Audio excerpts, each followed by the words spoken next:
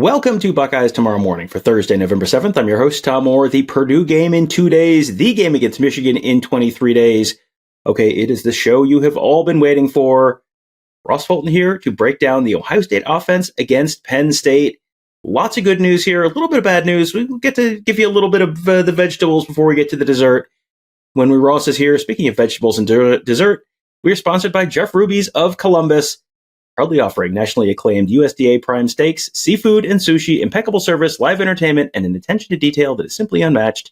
Just go to jeffruby.com/Columbus today. All right, Ross, as soon as this first play happened, I thought, I can't wait to talk to Ross, because this is the pick six. We'll start with this is the pick six. And it was 3rd and 4. And I'm just looking through a camera lens. I generally can't tell anything that's going on. And I looked and I saw a stack formation and Jeremiah Smith in the back. And I went, well, I know where this ball's going on 3rd and 4. And then it kind of felt to me like Penn State knew where the ball was going because they jumped the route and turned into a pick six. So am I crazy, or was that kind of a little bit of a tip off as to, hey, you might want to look over here? No, I think that was certainly the design of the play, was to go to Jeremiah Smith, right? And so by using that stack formation and then motion him out, they're trying to get a man zone tells, pre-snap reads for Will Howard. I think that they expected probably man coverage there. Penn State, and someone will continue to discuss this, did a nice job, particularly on passing downs, of mixing and matching cover one man with cover two, but not like really giving it away, like with their pre-snap shell, like keeping a lot of like too high and rotating down, or vice versa, like showing one high, rotating it too high. And that threw off, I think, both Will Howard and sometimes the play calling to some extent. But yeah, so like, he sees, the corner widen, right, with Jeremiah Smith. And this is like a Ryan Day staple play. This like a slant with a fade. Against man, it's supposed to obviously open up that underneath slant route, in that curl flat zone. But like the indicator for Howard is that curl flat defender, and he never gets out over Ibuka, and he's got too much depth. It should have been a tell for Howard that this is cover 2 or some type of zone and not cover 1. But he obviously, as I said, this is a Ryan Day staple play, or has long been. And so I think Penn State probably scouted this out and thought they might get this, and they wanted to jump the slant route here. They do so successfully. If Howard, as I said, you got to kind of work your progressions, right? Like you get your pre-snap indications and you look at your post-snap indicator and go through that. If he, comes off of that, he has Cardinal Tate coming open on a backside dig. That happened a few times in the game where it's like if he could just get off the front side read, come back and work to the backside. He had something coming open. He might have been a little sped up through this game, worrying about Abdul Carter. But nevertheless, like you can't also be seeing ghosts, right? Like he didn't have the, yes, Penn State runs sort of a stunt here inside on this, but he had time to work back to the backside dig. And so you just, it's basically making a decision based off pre-snap and what the play they think they're getting and what the play design is for, and not confirming it post-snap. All right. Well, speaking of Penn State and that pass rush and Abdul Carter, this next one is one of the ones where Penn State did get home with their pressure. It felt like if Donovan Jackson got a little bit of help, he was fine. And when Donovan Jackson got into obvious passing situations and did not get any help, that was where the trouble came. This is one of the examples where the trouble came. Yes, and there's a few things to note about that. And I agree with your assessment. I think they did a nice job by Chip Kelly and Ryan Day, changing up the pass protection schemes throughout the game. Like we're going to talk about, like changing the launch points, changing the number of people in the protection to keep Penn State off balance. This one, though, as you said, like he got Abdul Carter gets a great jump here for first. He's out of his stance before Donovan Jackson is. You have to also keep in mind that like first game starting at left tackle on the road in a loud environment, they're using a silent snap count, right? So Carson Hinsman is the left guard. Once he looks back at Will Howard. Once he says he's ready, then he taps Seth McLaughlin on the hip and he snaps the ball. So you're not able to you lose that advantage as an offense. The other thing that I would note here is what Ohio State did a few times in the second half that I don't entirely understand is that they would check and move the protection, from the running back here, Trey Henderson. We can talk about with the run game. They changed up how they were using the running backs with Quinshon Judkins more of like the standard down lead back and Trey Henderson more of the third down change of pace back. And so Henderson would come in for his pass protection, which he's really good at. But what they're doing here is they are sliding to the left and then having Henderson help chip on the backside. I'm wondering if the theory after Nebraska was like that they had Nebraska had used formation on defense to get them to slide away from Zen Mohoski, and they didn't want to have that situation where a guy had a two-way go. But even so, now you've just got Jackson essentially on an island against Abdul Carter, right? Like it's not like the situation against Nebraska where they were using inside moves against him oversetting. Like he's just getting beat with a speed rush. That happened a couple times. The last thing I would note, and this maybe would have been a moot point on this play, but it came up in other circumstances. Like again, you're getting a situation where, Penn State's giving a too high look here pre-snap, right? It's obviously they're showing pressure, but they are going to roll out of it into cover one robber, which just means they got one deep safety. The other safety drops down in sort of the middle. And this is not a good pass play call versus cover one. Like they're running curl routes, which are like just you're sitting, you got to run away from man coverage, right? It's like what Ryan Day always likes to say, like you run away from man and you find the holes in zone. They're not doing that here. I guess you do have Jeremiah Smith on a vertical route. And maybe if you have time, you just take that one-on-one shot. I still said they could probably do a little bit more of that. But they don't have the right pass play here. And that happened a couple of times. As I said, like you're playing a good team. They have a good scheme. Like you're not going to be perfect. But this play was pretty much dead. And so, yeah, they had a couple of plays.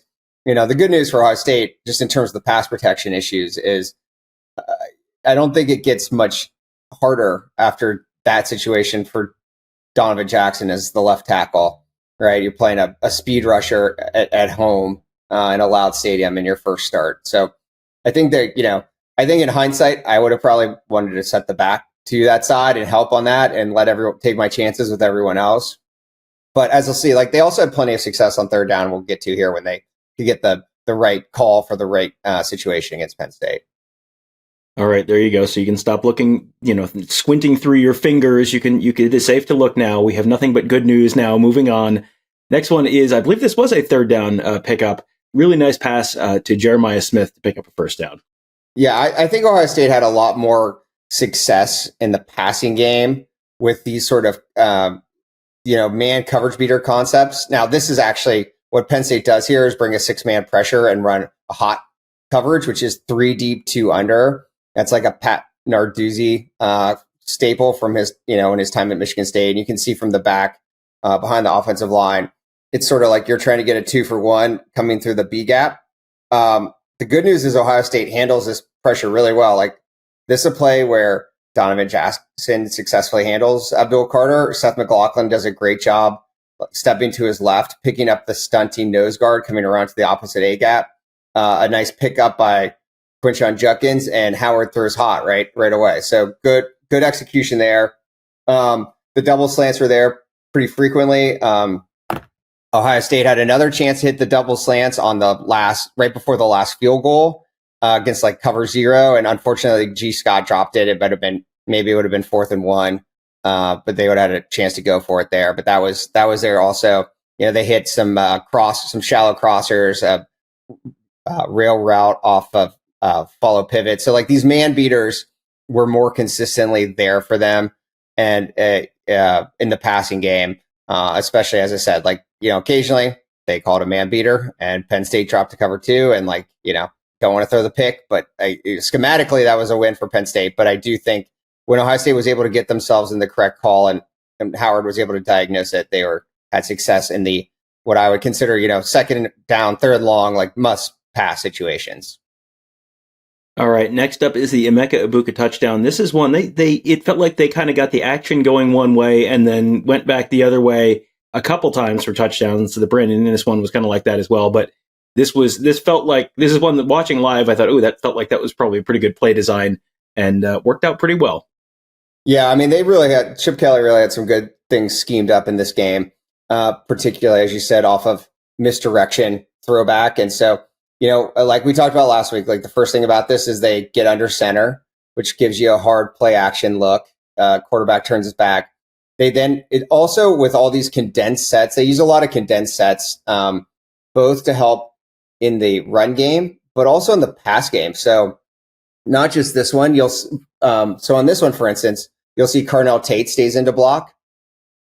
There's another similar situation on the pass play where Jeremiah Smith kind of slowed down and lost the ball in the sun, but was open. That was also a 2-man pass route where he had Smith on a deep, fly route and Carnell Tate on a sail route, and you had Ibuka helping to Carter's side. So again, as I said, like really changing up the pass protection.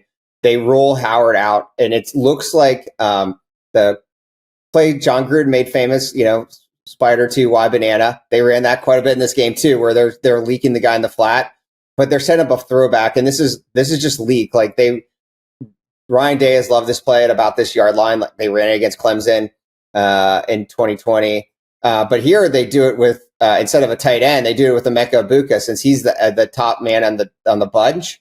And so, he sells the block for 1 second. Again, you're getting man coverage. And so people's eyes get in the backfield, and he's able to run the wheel route behind Smith for a touchdown. And so, as you said, like between this one and then the shallow cross throwback to Brandon Inniss, where they brought in their backup wide receivers. And I'm sure Penn State, when they saw that, was thinking, they're going to run block. Like they've done that in the past, right? Like we talked about that one super counter where they brought in, Inniss and a walk-on wide receiver, and to run counter, have them as lead blockers. So human nature that you're expecting, well, they're going to run it here, and they fake the crack toss one way, hit Inniss on the shallow crosser back. So as I said, and we'll talk about the run game diversity too, but had some nice concepts drawn up out of these like sort of tight run heavy focus formations. All right, let's get right into that run diversity right now. This is a little bit of an iteration on something we've seen them run a bunch, speed option. That's been a staple for me in college football going back to when I was probably literally in college. But this is a little bit of an iteration off of it where you just pause a second, just like that you just talked about with Emeka Ibuka, and just pausing a second to sort of sell the block before you go. Just a second of a pause here really just feels like it kind of changes the picture for Penn State. Exactly. And the concept is right. Like Will Howard, if you watch his ball handling here, he's selling that he's reading that backside defensive end for a zone read play. And you're just hoping to get the linebackers just to take one step towards the play side, thinking that it's a zone play coming their way to set up the down blocks. So by Josh Fryer and Seth McLaughlin here, but this is all set up by the formation to begin with. On this one, they run a 4-by-0 unbalanced. We've shown that before, how Chip Kelly likes to do that. They had the big hit early in the season off of that. And Penn State, again, with like all the cover one, right? This is the problem, like with single high against unbalanced formations. They have 3 over 3. They have a deep safety, and they have no one to account for the boundary edge. And so this is a big hit. They hit it one more time again later in the game where they went to open trips. And you get the same principle, right? Like that play, you had Jeremiah Smith as a blocker out on the corner who was responsible for him, but they again did not have an alley player for the option. This is a play I've been hoping to make a comeback. You'll remember like Quinshon Judkins had the 82-yard touchdown run that got called back on the G. Scott hold earlier this season on this play. I was hoping to see it against Oregon to try to get the ball outside. They're not an option team, so you worry about the ball handling and getting your quarterback hit. But they probably could have gone back to this 1 or 2 more times. Like my rule of thumb is that like if you hit 2 plays for explosives, like you should keep running it until the opponent stops you.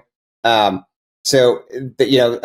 but nice job with the field boundary mix here. I'm going to talk about that more. And again, just like the run game diversity generally, and using Howard the run game, like the ball that he fumbled off his thigh pad was unfortunate, but like that was also a great design into the boundary. There's a lead down G play, so you're pulling Carson Hinsman as the lead side guard, and then have Quinshon Judkins kick out the corner, and so you just saw a lot of the complaints I had post Nebraska about running inside zone 15 times. Obviously, were not an issue in this game. You got inside zone, mid zone. They ran a bunch of counter, particularly back to the field.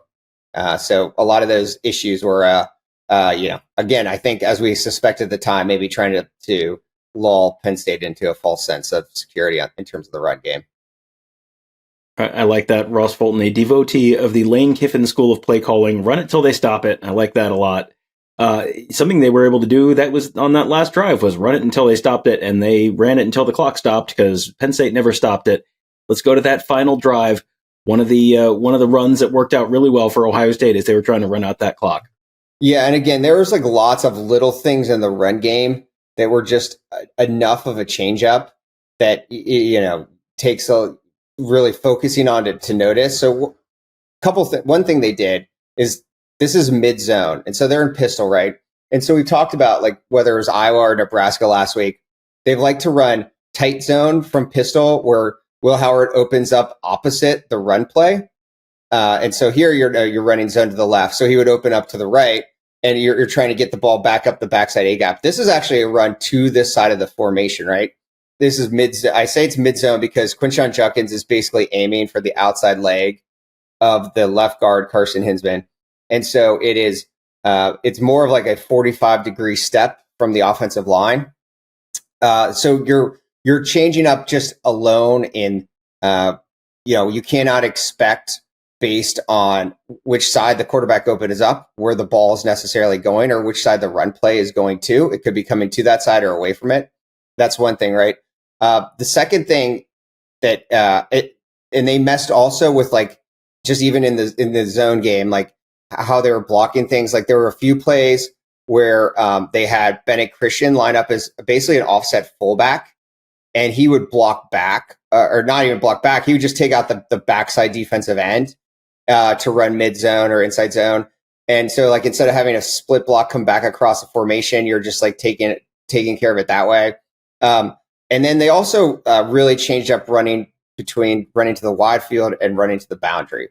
So you can't see it on this play, but they're in a so they're on the right hash mark, and they're in a trips formation to the field. And it's actually a trips nub because then you have the tight end back to the boundary. Obviously, we talked about against Nebraska, Chip Kelly and Ryan Day both really like to run the football to the boundary and throw to the field, right? Especially when you put your run strength to the short side and your passing strength to the opposite. But here they obviously are running to the trip side of the field. So you could see several times on that last drive where Penn State really loaded up to the boundary. They bring run blitzes to the boundary, expecting that that's where Ohio State was going to run the football, and they ran it to the field. Like they had success running that sort of counter play we've talked about before, where it kind of looks like Will Howard sprinting out before handing it back off to Travion Henderson. They ran that to the field. So all this is to say they were doing little things within the scheme to help the run game. And then obviously like the execution was excellent as well. Not to take away from that. Like on this play, you get great combo between McLaughlin and Carson Hinsman. Hinsman climbs to the play side inside linebacker. Tegra Shabola comes off at the last second for the backside linebacker. Seth McLaughlin had a great game. Like he's just been excellent. There were times I think, I guess I would say much has been made of the fact that 4 of the 5 offensive linemen were the players of the game other than Tegra Shabola. I'm assuming that's, sitting here not knowing why, that he did not grade out a champion. And I think some of that continues to be like, he sometimes locks onto a man rather than sticking with his zone steps and like coming off to combo onto linebackers. Like there were a few plays earlier in the game where like everything was blocked up except there was an unblocked linebacker because he just didn't come off his block to get him. I thought he did a much better job on this last series. He had a couple of times where he got to the second level, which made a big difference. And then, Quinshon Judkins obviously running hard and finishing runs. The play before this, he ran over safety. Here he runs through an arm tackle for another couple yards. So, you put together like the nice mix up and scheme with the execution within the run game. And, that's how you're able to possess the ball for the last 5.5 minutes. Well, and by possessing the ball for the last 5.5 minutes, it came down to one play. It was a third down. Will Howard. This is one that just looks so simple. It's just Will Howard run to the corner, get to the corner slightly faster than Penn State can, and get around it and get the first down. Probably a little more involved than that, but this was the play. If you're just listening to the podcast, the play we're talking about is the one where he slides at the end and gets up and does a real enthusiastic first down signal. This was the one that kind of clinched the game for them. Exactly. So back-to-back 3rd and 3s, give or take, right? The first one, and they turned to Howard both times. The first one was a lead outside zone to the boundary, where you're adding a +1. That's just a designed run. Urban Meyer, staple favorite, perhaps most famously when Braxton Miller was stopped in 2013 against Michigan State on that exact same play. Obviously, Ohio State under Day and Kelly does not rely on that kind of stuff as much. So the defense is less expecting it. And, so you got on that one, Penn State basically aligned in a goal line, sort of like pinch defense. Like they had their 4 guys in the interior gaps expecting an inside zone run. So you're able to get outside, you get great blocks there by Judkins and G. Scott on the edge. The next time they get back into 3rd down, right? So they run zone read here. And I remember my thought watching live is like, I can't believe of all the times like Penn State didn't account for the quarterback. But it actually, again, we're getting into like the minutia here of what Chip Kelly was doing with the blocking schemes. They took away the read player. So what Penn State wants to do here is like, again, they're in cover 0 at this point. This is a goal line look, right? Ohio State has 2 tight ends in the field. Penn State is number 6, the backside safety or nickel. He is not the read player, right? He's not responsible for the quarterback. Instead, the backside defensive end is 15, but what they do is they block him. So 6 commits to the quarterback. 15 is the quote unquote read player who's been assigned in the defense for accounting for the quarterback, but he's blocked. And like, it's a nice block here by G. Scott, a nice block on the edge by Jeremiah Smith. And so again, they're just like little things in the run game that you're doing to be successful. Cause now Penn State does not have someone to account for the quarterback. And so, again, we saw probably more use of Howard again in the run game than we've seen at any time since, I guess, it maybe that you could throw the Iowa game in there. I think they're going to have to do more and more of this. I think this group, the offensive line played well, obviously. I think when you're looking at this 5, like it's definitely the way they have to go going forward.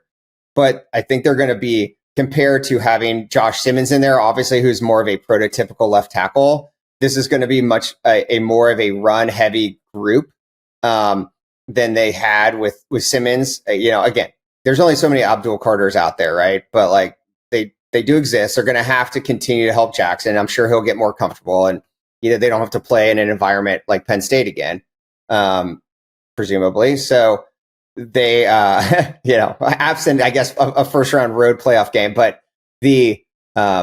I just think that they're going to have to lean more on the run game. And so the good news is, though, they run blocked really well, right? Like, I think they've definitely found something in Hinsman playing left guard. As I said, McLaughlin has just continued to be stellar.